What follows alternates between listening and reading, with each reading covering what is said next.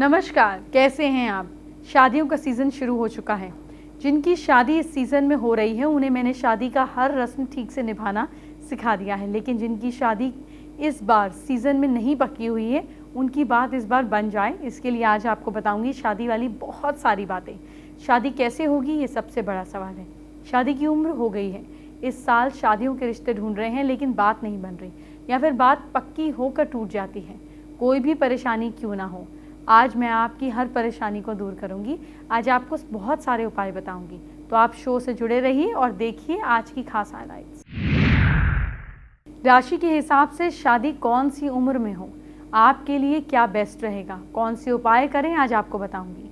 शादी का रिश्ता पक्का करवाने वाले सारे उपाय आपको बताऊंगी, साथ ही शादी से जुड़ी बेहद खास जानकारी भी आपको दूंगी। तो आइए शो की शुरुआत करते हैं। आइए सबसे पहले आपको आज का पहला महा उपाय बताती हूँ।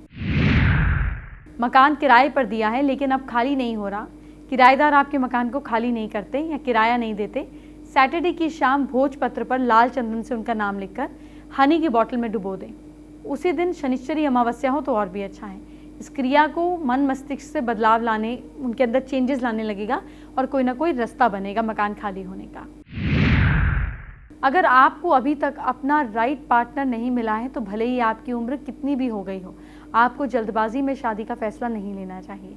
शादी जीवन भर का बंधन है और अगर दो पार्टनर्स के बीच में भरोसा नहीं है या फिर रिश्ता कांटों का सफ़र झेल रहा है, वैसे राशि के हिसाब से आपकी शादी की सही उम्र क्या है और उस उम्र में आपको शादी हो रही है या नहीं हो रही है, इसके क्या उपाय करने हैं, सब बताने वाली हूँ। शो देखते रहिए क्योंकि आपकी शादी वाली लकीरों के बारे में भी बताऊंगी।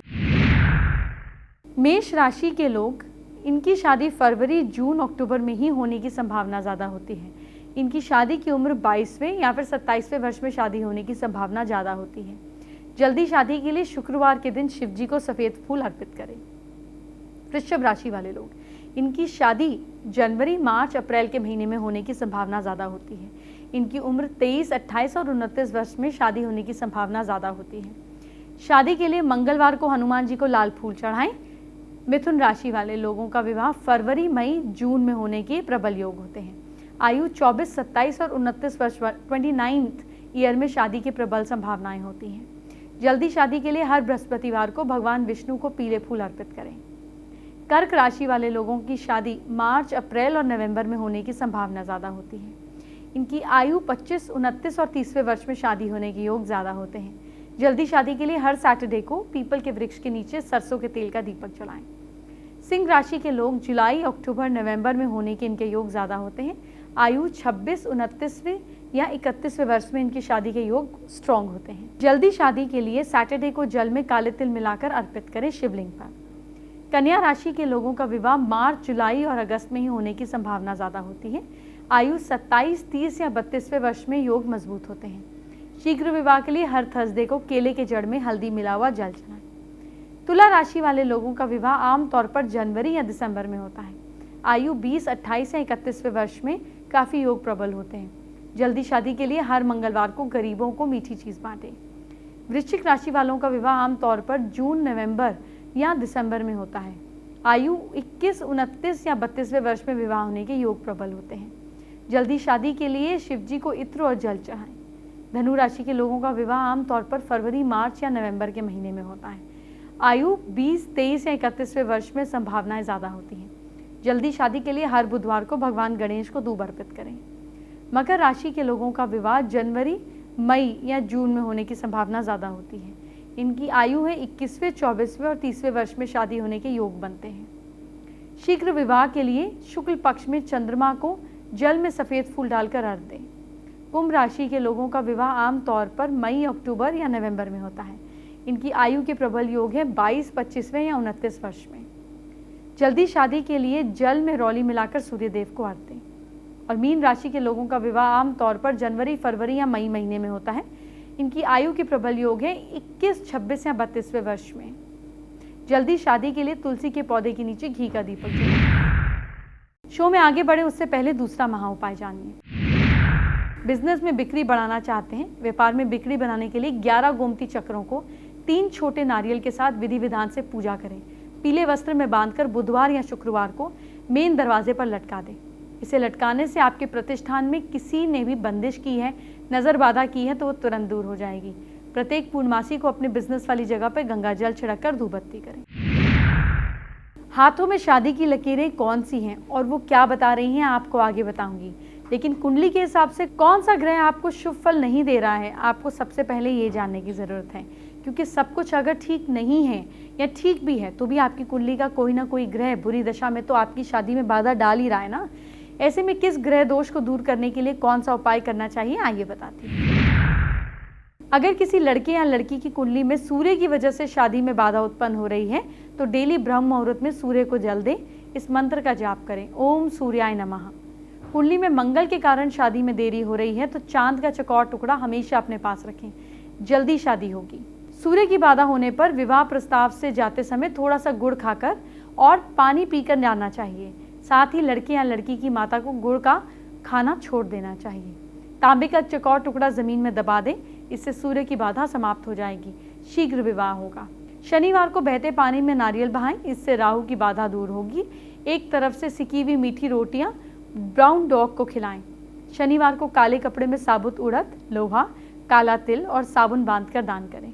काले घोड़े की नाल का छल्ला सीधे हाथ की मिडिल फिंगर में पहने।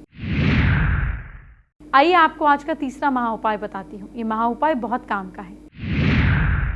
आर्थिक तंगी दूर नहीं हो रही है, अगर घर में पैसे की बहुत कमी है तो संकल्प लेकर 21 शुक्रवार 5 छोटी छोटी कन्याओं को खीर प्रसाद खिलाएं। खीर में चीनी के स्थान पर मिश्री पीस कर डालें। ये किसी को भी बताएं नहीं। आइए आपको बताती हूँ कौन से उपाय करने से आपकी शादी की बात जल्दी पक्की होगी। अगर आप शादी करना चाहते हैं लेकिन बात नहीं बन रही तो आप ये उपाय करें। नहाने के पानी में बिना भूले हर रोज हल्दी मिलाकर नहाने से शादी लायक लड़के और लड़कियों की शादी का योग जल्दी बनता है। जिन लड़के लड़कियों की शादी नहीं हो पा रही हैं वो 3 थर्सडे की शाम को 5 तरह के मीठे खाने, हरी इलायची की एक जोड़ा और जल को केले के पेड़ में अर्पित करें। ऐसा करने से शादी में का जो योग है ये जल्दी खुलता है। हर थर्सडे को कुंवारे लड़के और लड़कियां गाय को हरा चारा खिलाएं। इससे भगवान आपसे जल्दी प्रसन्न होंगे, आपका काम अच्छे से हो जाएगा। अगर आप किसी परिजन या मित्र की शादी में जाएं तो उनकी मेहंदी रस्म में ज़रूर शामिल हों। उनके शगुन की मेहंदी अपने हाथ से लगाएं, यह आपकी शादी जल्दी होने के आसार को बढ़ा देगी। थर्सडे को बृहस्पति देव को प्रसन्न करने के लिए पीले रंग की चीज़ें चढ़ानी चाहिए।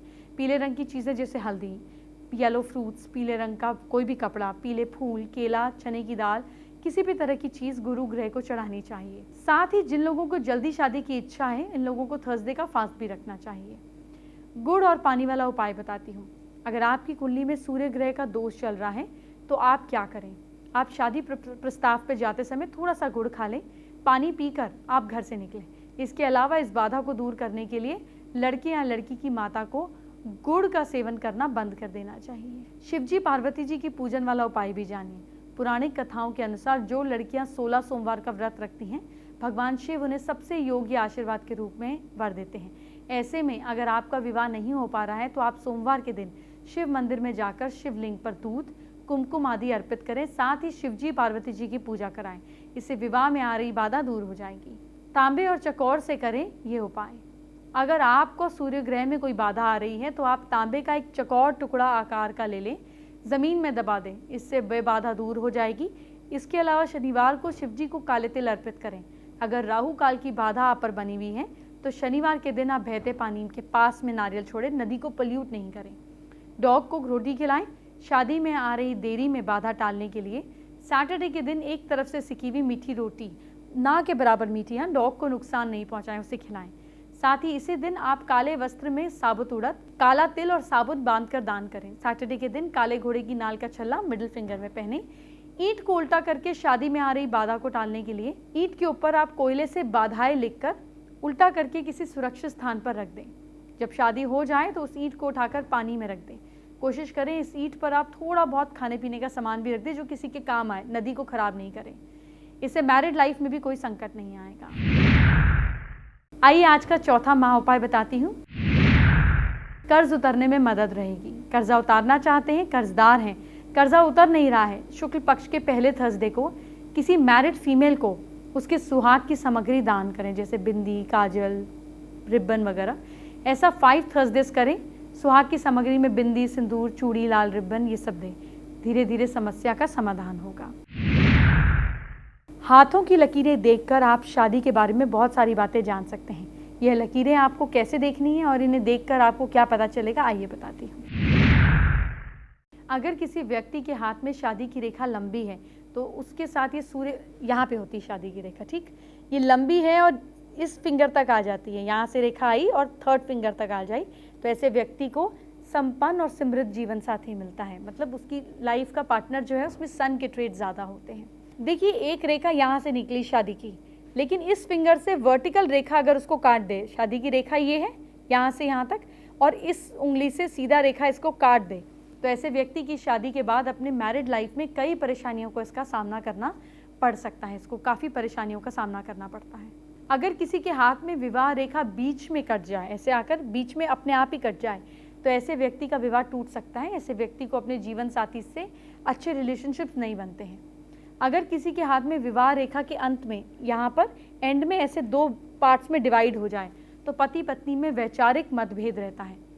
अगर किसी पुरुष के बाएं हाथ में दो विवाह की रेखाएं, यहाँ पर दो बहुत स्ट्रॉन्ग रेखाएं हैं, तो ऐसे व्यक्ति विवाह के मामले में भाग्यशाली होते हैं। इनका पत्नी से बहुत प्रेम और विश्वास होता है। अगर किसी महिला के हाथ में मैरिज लाइन के प्रारंभ में कोई द्वीप का चिन्ह बन जाए, मतलब ऐसे एक बन जाए लाइन के साथ में, तो जिस व्यक्ति से शादी करती है वो उनको धोखा दे, ऐसी संभावनाएं होती है। साथ ही यह द्वीप इस बात की ओर इशारा भी करता है कि जीवन साथी की स्वास्थ्य खराब हो सकती है। अगर किसी व्यक्ति के हाथ में मैरिज लाइन जो है ये हृदय रेखा को काटते हुए नीचे की ओर चली जाए, मतलब ये ऐसे आकर नीचे की ओर चली जाए, यूं आकर नीचे चली जाए, तो ऐसे जीवन रेखा साथी के लिए खतरे की घंटी का एक इशारा बना रहता है। साथ ही व्यक्ति प्रणय अथवा विवाह को लेकर हमेशा दुखी या परेशान रह सकता है, ऐसा देखा जाता है। अगर किसी इंसान की मैरिज लाइन के अंत में त्रिशूल के समान चिन्ह दिखाई दे, मतलब 3 पार्ट्स में 2, तो ऐसे व्यक्ति अपने जीवन साथी के साथ बहुत ज़्यादा प्रेम करते हैं, ऐसा देखा जाता है। कभी कभी ऐसा प्रेम इतना बढ़ जाता है कि बाद में इंसान की मैरिड लाइफ में उदासीनता लाने भी आ जाती है। अगर मैरिज लाइन को कोई भी रेखा काट रही है तो शादी देर से होने की सूचना दे रहा है और विवाह में बहुत तरीके की बाधाओं का सामना करना पड़ेगा। किसी व्यक्ति के हाथ में अगर जीवन रेखा पर क्रॉस का निशान है, यहाँ पर क्रॉस का निशान है, तो जीवन साथी के साथ अच्छा नहीं होता। ऐसा होने पर जीवन साथी को भगवान लंबी उम्र दे, लेकिन इस तरह का हाथ इशारा करता है। मैरिज लाइन पर किसी समान अगर स्क्वायर का साइन दिख जाए तो जीवन साथी के साथ खराब स्वास्थ्य का संकेत देता है। किसी इंसान की जीवन रेखा के, मतलब इसमें विवाह रेखा के प्रारंभ में ही तिल है तो जीवन साथी के खराब स्वास्थ्य की ओर इशारा करता है। ये तिल अधिक कालापन लिए हुए है तो ये जीवन साथी के लिए खतरे की घंटी है। शो में आज आपके लिए सबसे खास एस्ट्रो टिप देने का समय हो चुका है। आइए सबसे पहले जान लीजिए। आप जानते हैं पहले के समय में भगवान का श्रृंगार करना, शिवलिंग पर तिल चढ़ाना और भगवान का लेप करना, ये सब क्यों कहा जाता था? क्योंकि इससे आपकी हाथों की लकीरें जो हैं ये बदलती थी। आज भी अगर आप सच्चे मन से जो भगवान की, जिसको हम बोलते हैं पूरी तरह से स्थापित मूर्तियों का पूजन करें, श्रृंगार करें, छुएं, दर्शन करें, तो आपकी हाथ की लकीरें बदलने लगती हैं। इसलिए निराशा ना रखें। सोशल मीडिया पर पूछे गए यूज़र्स का सवाल मैं अपने शो में ज़रूर लेती हूँ। आपके सवालों का जवाब देने की मेरी इच्छा होती है। आज दीपाली का सवाल ले रही हूँ। दीपाली पूछ रही हैं कि 25 साल की हो चुकी हैं, उनके पास अच्छी नौकरी नहीं है, शादी के रिश्ते भी नहीं आ रहे हैं, लेकिन वो कंफ्यूज है शादी करना चाहिए भी कि नहीं, और अपनी इस कन्फ्यूजन को कैसे दूर करें। दीपाली, मेंटल क्लैरिटी के लिए अपने घर के नॉर्थ ईस्ट में लगातार दिया जलाएं और त्राटक से उसको देखने की कोशिश करें।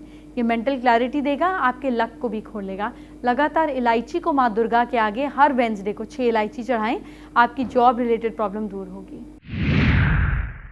शो में आज आपको आपके काम की बहुत ज़रूरी जानकारी दे चुकी हूँ। अब वक्त हो चुका है भाग्य मीटर पर आपकी किस्मत के बारे में जानने का।